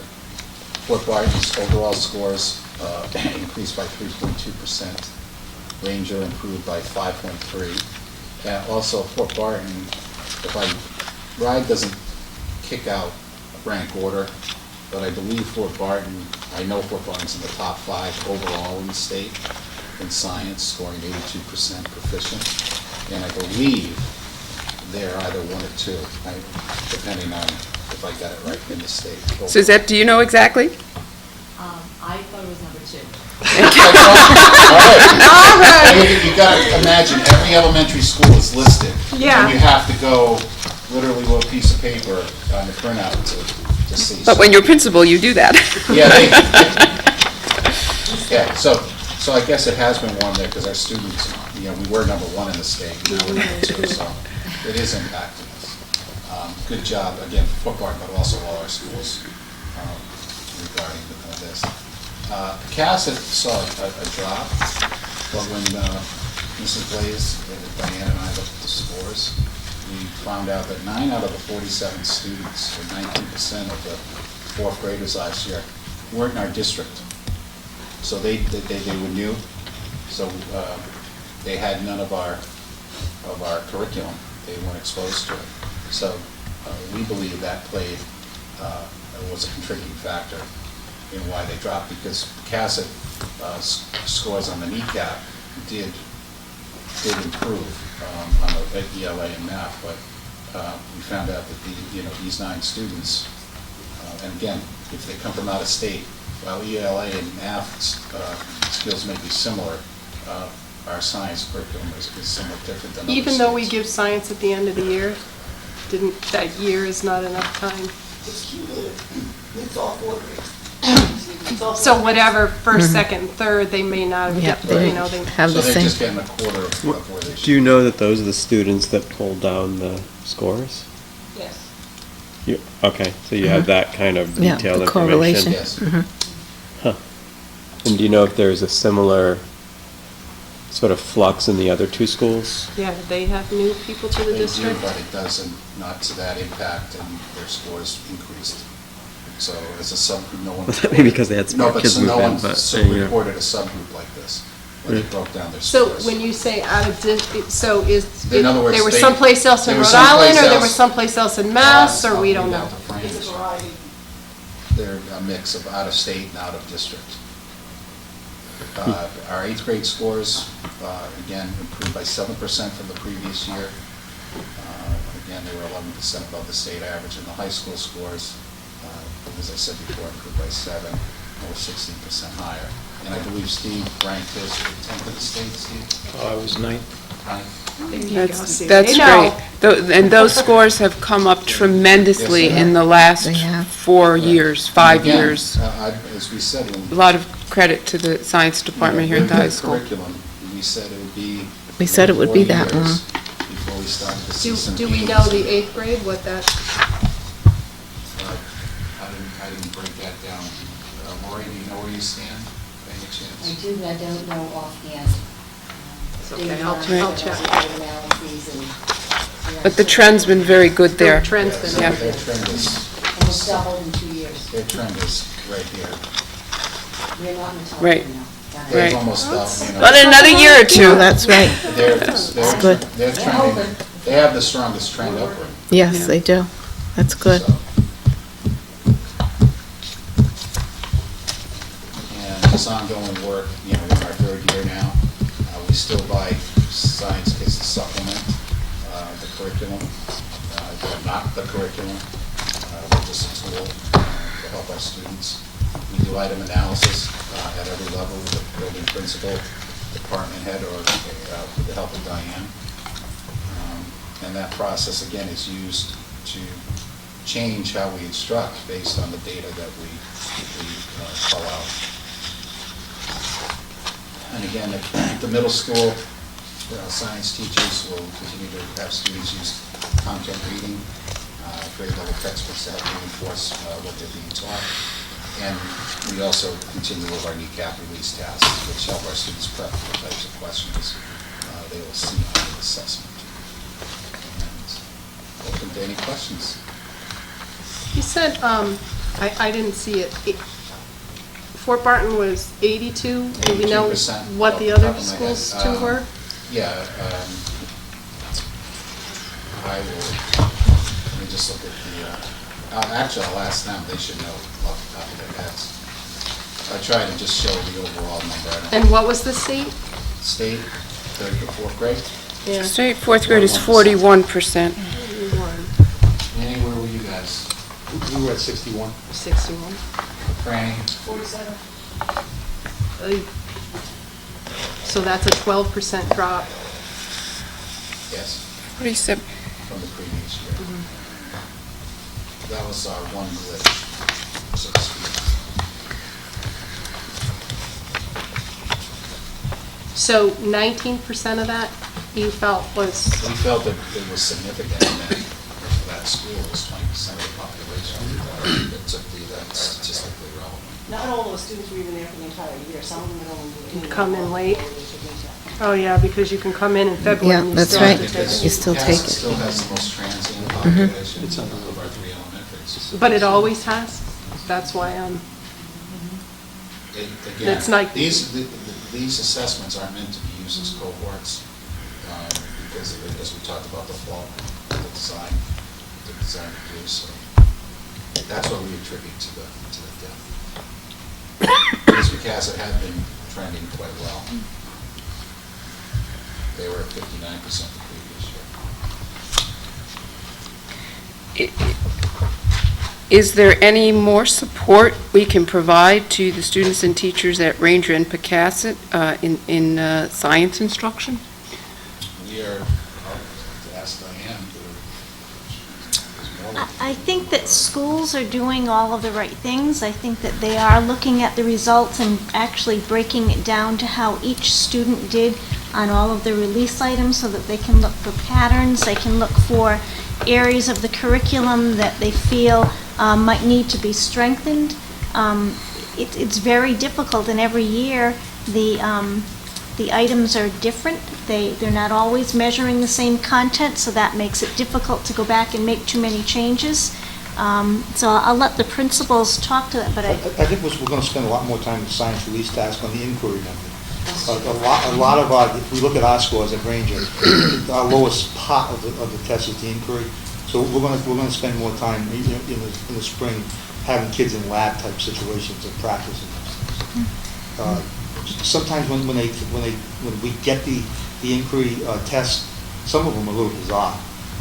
Last year wasn't too bad, but that's the area that we have to concentrate on. Same thing for middle school. Achievement data, portions of the test. Keep in mind that I'm sorry. But the staff, inquiry task, all those constructs that dovetail with writing skills, fell off the rails. Our coordinator did go to Philly this summer, and attended a week-long leadership academy, and she brought back some great And parents and people may not know this, but science is not taught every day at the elementary level. It's not like at middle school and high school, so in spite of that, But all three elementaries use the same science curriculum. Yes. And so our scores are very different across the three of them. And so if it's the same curriculum, You have different student Yeah, populations. is it all, Your populations. is it all the student population? Because we didn't see the same kind of spread with, ELA and math. I don't recall. Was the spread that dramatic for all of them? Yeah, I don't remember. Well, you just had this 1 year.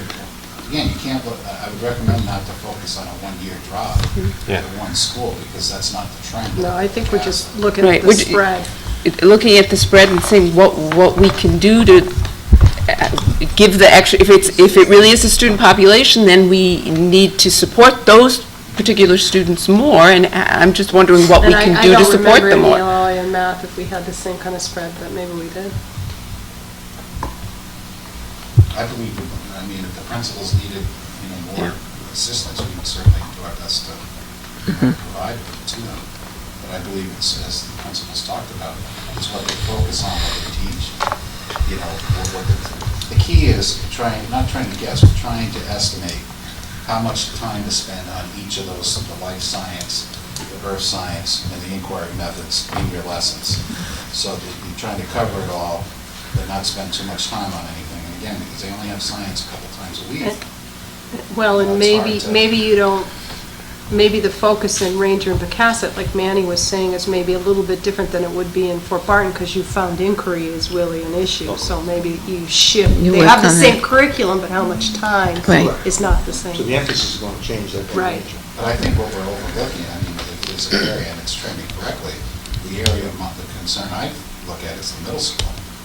If you look at those numbers, you have bookends. You have the middle school, the elementary is at 50 and change, the high school's at 46. Middle school is now in the mid-30s. So, if you have the bar graph, the middle school being the middle. So that's where Diane and I focus a lot of our attention, in our conversations. Not that all the levels aren't important. Right. That's the trend that we most concerned with, is getting those middle school scores up. So one of the, I think one of the things we're circling around is that, it's sort of the same curriculum, same district administration. I think this quality of the teachers is pretty uniform across the elementary schools. So if it's the demographics, what is it about the demographics that might be driving this? And is there, and demographics are very difficult to change, so, but is there something? The largest demographic that you would look at is the education and socioeconomics. It's much higher at Fort Barton than it is at the other two schools. And also, excuse me if I could just add, at Pecasset, there are Title I school, so their student poverty rate is about 40%. And with that comes some challenges for teachers. And one of the top things that comes to mind is those students may not have had the same types of background experience as other students, and so they don't have the same amount of vocabulary, they don't have that.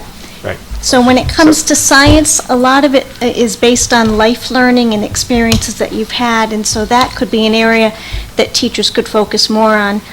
So I think what Mr. Eric is saying is that, you've got certain challenges at Pecasset that might be different than the other schools. We also have differences in our special education population and the types of teaching strategies that might best support those students. And I know that those are things that teachers are always looking at and working on enhancing. So in looking at those release items, that's one of the things that teachers would consider. Is it the format of the question? Is it the language within the question? And how does that match up to my classroom instruction? Right. And that's the one, again, a couple of years ago, we decided to move our special ed co-tots out of Yeah, I was going to Pecasset ask if into I thought Fort we Barton did. to help We did. support Pecasset. So they're just really focusing on primarily socioeconomic, background of the kids. Never Rather mind than wrestling with the special ed, educational issues. issue as Okay. well. So. And I think we're in the that's what you process were of saying, doing is there any other things like That that we could do. to I assist? think we're doing everything we can right now, and hopefully the scores will go outside of just teaching Yeah. science more. I mean, again, if it's demographics, if it's education of the parents, if it's median income, which is probably the most consistent Yeah.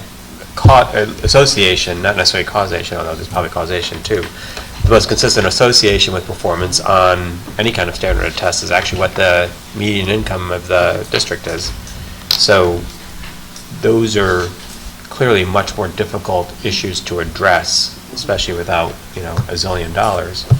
But, yeah, what are the other things that we could probably try? I know Ranger had that great science programs after Oh, it was school. fabulous. Run by parents. That was all PTO sponsored. Right, It was. and so perhaps It was that's wonderful. where we need to look at Pecasset to see if we could work with the PTO to bring in either, science-based assemblies or work with an outside Yeah. group to do after-school activities related to science, just because, as Diane said, other students might be going to the Boston Museum of Science with their families during the summer, and fewer students at Pecasset are having those opportunities, and so we need to bring those opportunities to them, either during the school day or after the school day. So it's that kind of thing I'm wondering, if we could do those things to help the students, help support the students, and expand their science exposure.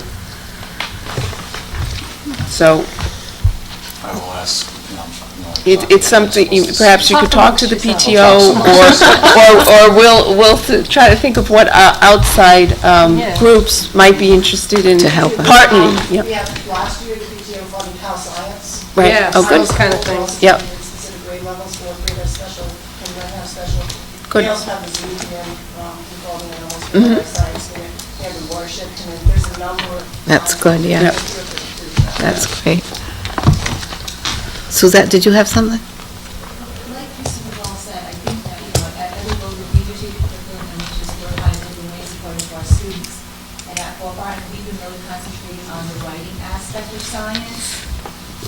So that's what we've been concentrating on for the past 3 years. So no matter what the content is, how do you answer questions in science? And how do you go back and use the evidence in the text? So that's what we've been concentrating on. We've been using, using just science-based text, informational text in reading blocks that are based in science, and we've been doing writing that way to supplement our science periods. So we've been also doing that. I think that's also helped our science content knowledge. Right, so they practice reading and writing skills with science science, materials, and yeah. so that's like a double dose of science. I'll give a personal example. My daughter's taken an honors history class at Western High. She has been introduced for the first time database questions and how to respond to them. And it's having taught AP, and my wife taught AP as well. She was a classroom teacher. We're working with Abby and teaching her how, as Suzette said, how to answer. It's not that she doesn't know the information, it's how do you respond to the question. So, and that's what, I think what you're hearing is that's the key, is how do you answer? Whether it's the math portion or the science portion, even the ELA now where it's reading and writing, once we get to the park, they'll be doing both, all wrapped into one. So, that's what we're trying to get our teachers to continue, stay focused on and continue doing that. Now my daughter will be upset. Maybe she won't hear it. She's only got a couple more years, so. Oh, well, I'll guarantee mine didn't appreciate being mentioned. That's a good thing. Not from you, from me. You didn't. And the next item, Mrs. Mitchell is proposing to start a junior honor society club at the middle school, and I'll turn it to Erin, so we can explain to it the proposal. I've given you back up the request. Thank you, Mr. Stephen Monteo is a science teacher, and he has volunteered to be an advisor if this committee is so inclined to approve our creating a chapter of the National Junior Honor Society. Stephen, what's the story? Thank you. Hello. Hi. So like Lori said, I am here really pushing for the National Junior Honor Society in our middle school. It's very similar to the National Honor Society at the high school, with only a few minor differences. For instance, that difference would be that instead of offered to all students from 9th to 12th grade like the National Honor Society is, the Junior Society is only offered to 6th and 7th and 8th grade. So it wouldn't apply to our 5th grade, but myself and Mrs. Mitchell really feel that that's something for our 5th graders to strive for, to see their older siblings or older friends, or just seeing this new chapter in our school is something they can push themselves for. So that's one difference. And also, another difference, also, I know For the National Honor Society at the high school, it's a minimum 3.5 GPA. They're a little more lenient with the middle school with the 3.0 or solid B GPA, which I think is fair. Also, just like the National Honor Society, it really pushes for not just the scholarship aspect, the grade-wise, but it's really pushing the students to be better citizens, better people in society. So it's looking for that leadership quality, it's looking for the service. It does have that community service aspect of it that the middle school kids can really start getting used to, because they know we need it for high school as well. And character, just showing those great character skills as being an exceptional student in middle school. We feel that if we start them now in the middle school, it will only progress and get better as they reach high school. As far as financially, it would be a cost of $85 to keep the society going in the school. That would be how much it would cost a year. But as far as that, that's really the only cost that it would cost us. I'm volunteering, Mrs. Mitchell, Mr. Frerish, and we hopefully, if it gets passed along and approved, then I know there are some other teachers and other faculty and staff that want to help out as well. And as being from an honor society student myself in high school, my actual middle school didn't involve themselves, and I know coming from Cranston, I think it would have helped a lot of my friends and a lot of my other family members as well if they actually started a little bit earlier. So I think it'd be great for Tiverton. I talked to the kids a little bit about it, and they're excited for it. Hopefully they can actually, because I'm trying to get them pumped up and excited for something that's going to create positivity in our school. So.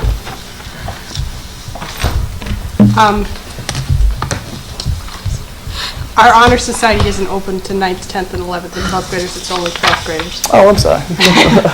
And my understanding at the high school, 85, isn't an 85 a B+, which is what a 3.5 is? So I'm not sure where the... Lori, your letter says an 85% is what's required. Are you plus. now changing it to 80%? Oh, I'm sorry, 85, it is. 85, which is a B. Yes. I'm It sorry, is, my- okay.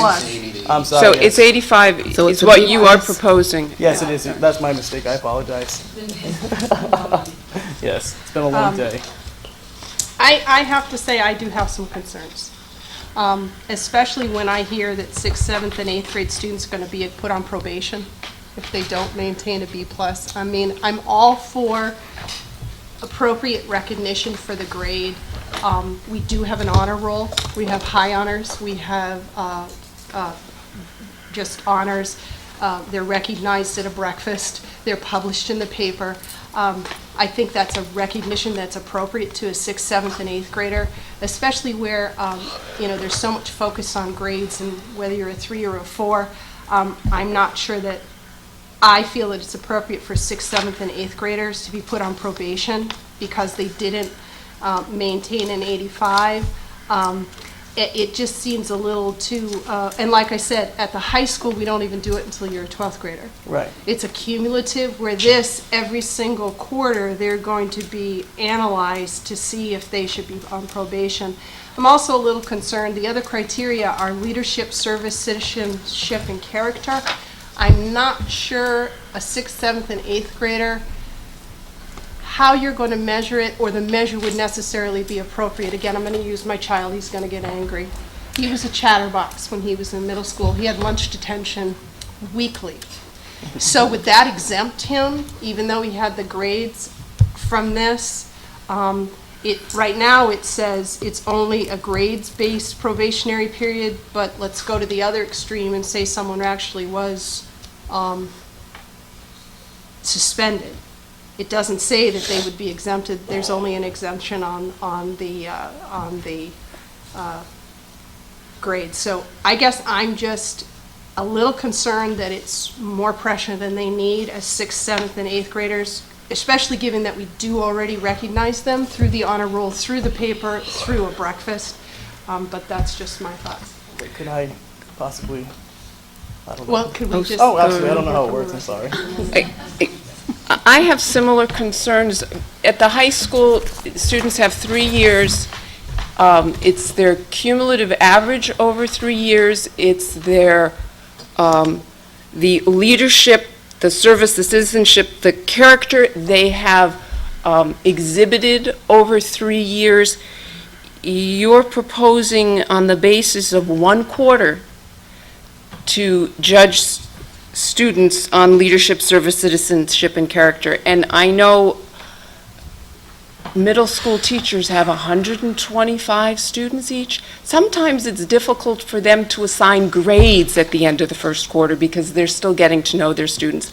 My goodness, how would they evaluate each of the 125 on leadership, service, citizenship, and character? Middle school to me is when you develop these character traits.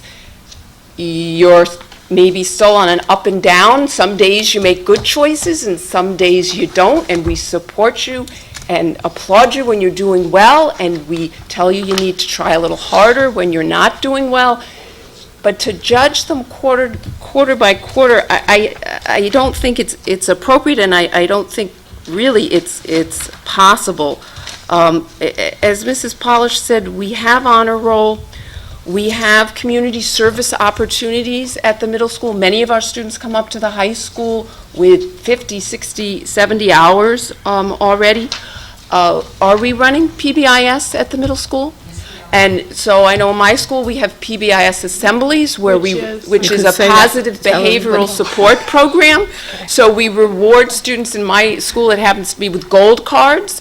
If students who are very helpful, demonstrate service, if a student stays late to help you clean up your room, you'll give that student a gold card. That student stays to help another student who's struggling, that student gets a gold card and is recognized at an assembly. So we have ways of recognizing and encouraging those attributes among our middle school students. Also, this middle school program says that students who are welcomed into the Junior Honor Society will be invited to take part in chapter meetings and activities to further enhance these traits. But that leaves me thinking, well, these opportunities to develop or demonstrate leadership, service, citizenship, and character, they shouldn't be limited to students with an 85 average or above.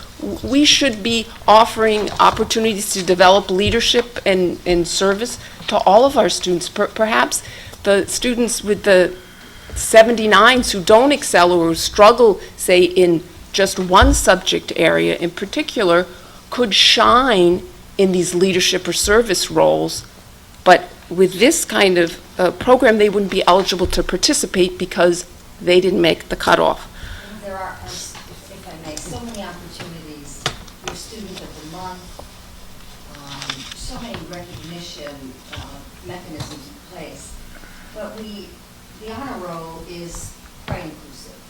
And so you could be on the honor roll, and getting back to what School Committee Member Polish said, if the student is on the National Junior Honor Society and gets suspended, that would revert back to handbook language regarding participation in student activities.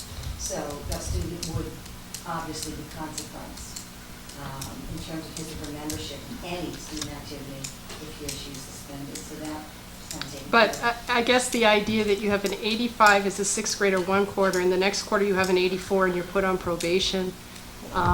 And again, honor roll is 80 and above, so you're really only excluding kids from the honor society that are between 80 and 84. You know, so I mean, it's Number of kids who have a 3.5 or above, and we really wanted to kind of explore it this year. Yeah. Middle schools in Rhode Island, we have chapters. We want to see how they're doing it, reach out. So maybe we could spend this year kind of looking at it, seeing how it works. Yes, kudos in many middle schools. Absolutely. It is that one mechanism that we have, that we could have, to celebrate the scholar who is also exemplary in other areas of his or her life within the school community. we think it would benefit our campus, it would benefit the culture. You know, I guess it's kind of like the incentives to me. I think the recognition needs to be appropriate for the grade, and I just don't feel this is appropriate for the grade. Dr. Larkin? I actually kind of like the idea. Although I appreciate Ms. Polish and Ms. Herman's concerns. My guess is that it's something that you'll, if we go forward with it, you'll sort of begin to understand how to do it as you are doing it. Because we haven't done it before, and although there's probably a lot to learn from other systems that are doing it, it'll probably be, we'll figure out what works for Tiverton. Maybe it does need to be fine-tuned a little bit in terms of what your inclusion criteria are and whether or not you really want to have a punitive aspect of it. My recollection is you really had, once you were in the National Honor Society, you really had to do something bad to get kicked out. And Because I your don't average think was based on, like at the Well, high school, it's I'm 3 just- years, it's not I'm- one quarter, I'm- and then the second quarter, you didn't make the grade. No, I guess my The third point quarter you is, did. my point is, once you have earned an honor, you have to do something rather egregious to have it taken away from you because you've already earned it. You have earned the honor. You don't get it taken away. So maybe that's one thing you might want to explore. Absolutely. The language is strong, and it is right from the national, Right, I was is gonna say. language verbiage that's up there. Yeah, so, Probation's not a term we would use. yeah, it just, We never use that term. But the that's just something reality is that strikes that's me. what would happen. But I like, what I do want to support is the impulse to do something like this.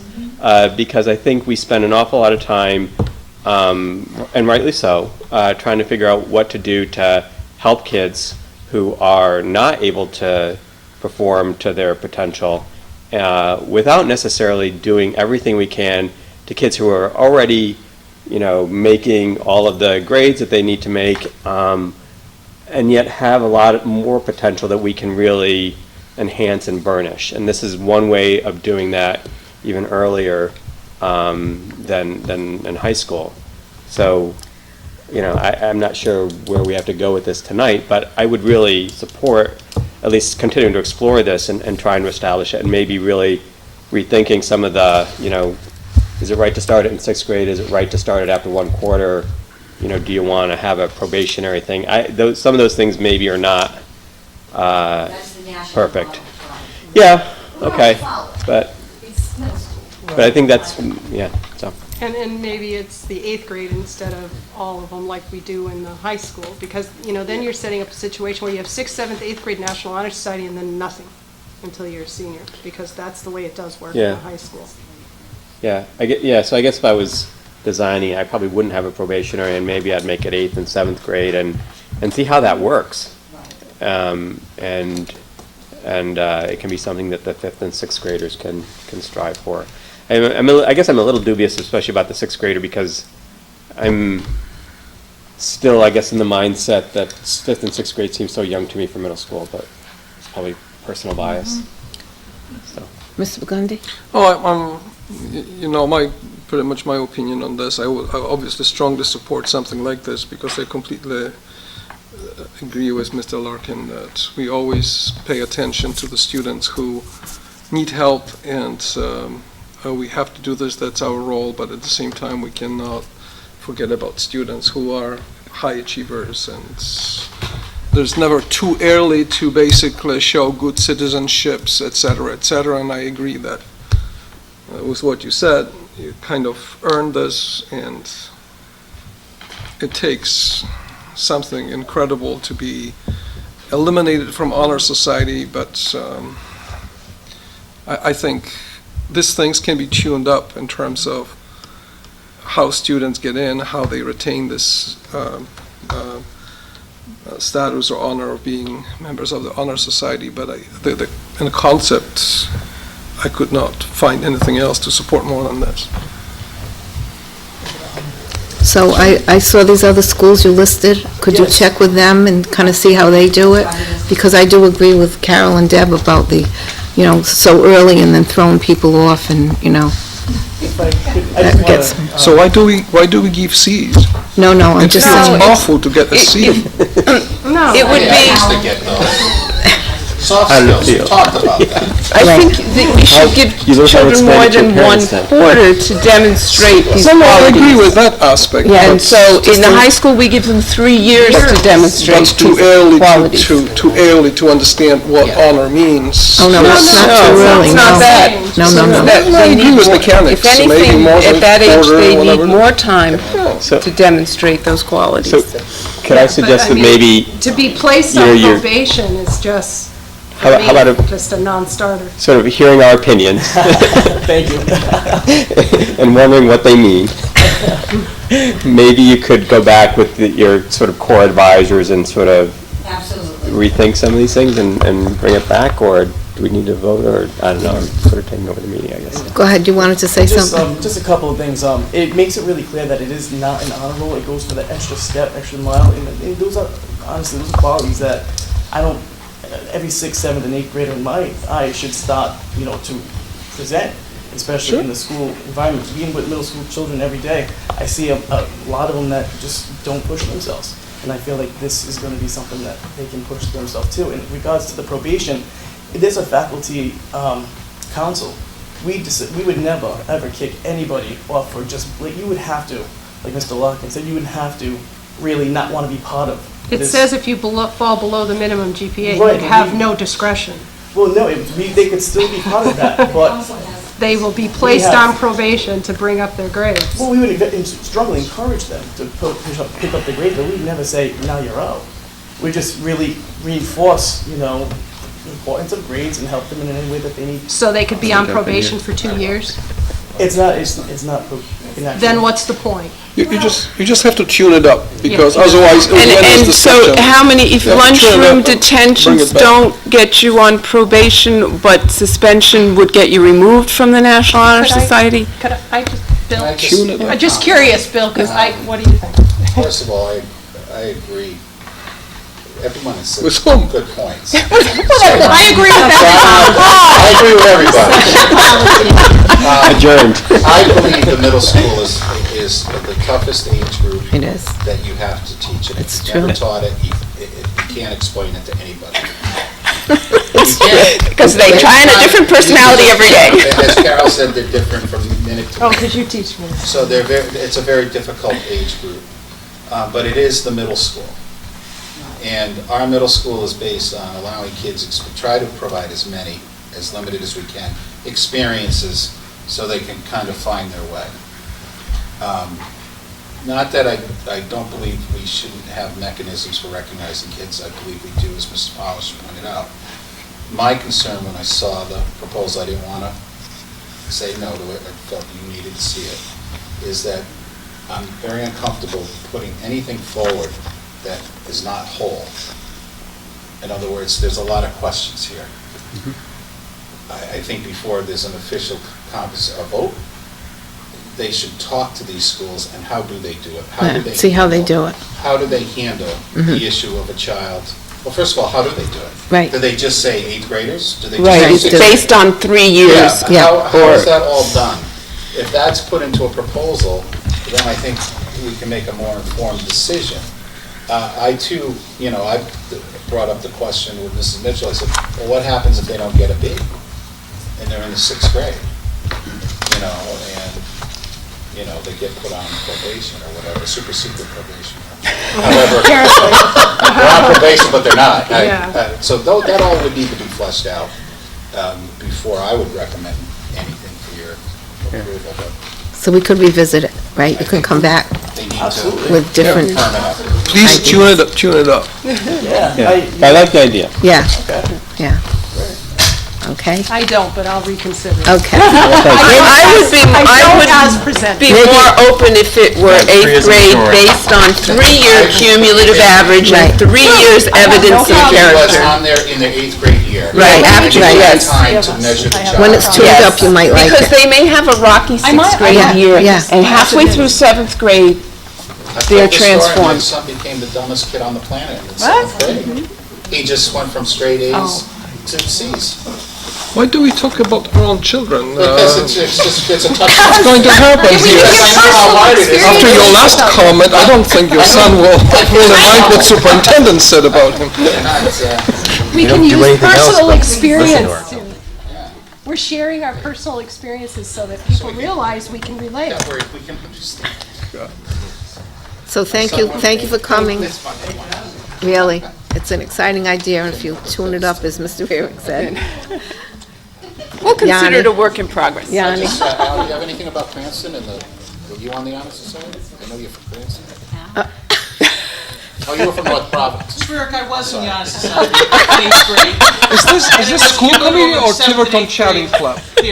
See that? Move on. And you've never forgotten. There.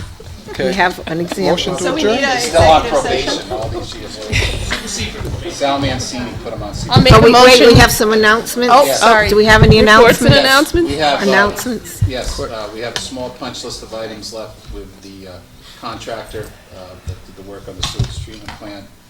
They include fixing the fence going into the lower fields. They had to dig up and fix some pipes that were damaged during the construction by my office. That's going to be repaved. We also had a walkway where, if you go out back, you see it's all seeded now. They need to put the walkway back, get that taken out, so you can walk from the cars to the main office without tramping through the grass. We also had, I should have brought it up when we were talking about test scores, we had 26 students, all our high school and middle school age students passed the alternative assessments that RIDE gives to students, that 2% population. that get All of them? enrollment. Oh, that- So they all passed. Oh, that's There wonderful. was 13 at the middle school, 13 at the high school. And at That's Fort very Wharton, exciting. 7 students were proficient or proficient with distinction in 7 different assessments. Oh, that's So, fabulous. Thank you. And that's a subgroup that also counts towards the schools. That's wonderful. Frankie, so congratulations to all those teachers and to the principals. Mhm. Just briefly, the fences have been installed from that the committee approved at last meeting around our septic system, and the grass is starting to grow in, so we're 99% done on that, as Mr. Rurick mentioned. It's a lovely fence. Can we decorate it with scarecrows? Maybe it's some holiday Well, appropriate. that's, some consider that a holiday, so we can't promote anything. It's not religious. I know. Okay. We only had one suit. It is. It is. In Scarecrows? origin. Oh, wow. Halloween, all Halloween. Oh, okay. Principals, anybody? Miss Anna, Diane, would you like to speak about our Technology Day? Mrs. Black and I had another adventure, and we had Mrs. Judy Moore along with us, a business teacher from the high school. We went to the Rhode Island Technology Conference that was held at the Convention Center on Saturday, and went to a number of wonderful sessions and saw great things going on all around the country, and gave us some inspiration for technology. And, we were really out there just looking to see when we do have the funding to move forward, what are some best practices? So it was very good. Wonderful presenters. And I have a whole bag of things for Mr. Matariano that they did. And Mrs. Larson and I went to Rhode Island College to a forum that was called Committed to All Children, and who couldn't agree with that, with a big ALL. It was very interesting, all the different speakers, and that was very good. And then, as I said, Mrs. Herman and I went last night to Mount Hope High School, where the Board of Regents had their meeting, just to hear different things that were happening. So we're trying to appear at all these things so we can bring back information to everybody. Thank you. Okay. Anybody else? Any other announcements? Okay. I'm going to make a motion that we go into executive session under SS 42465A2, development of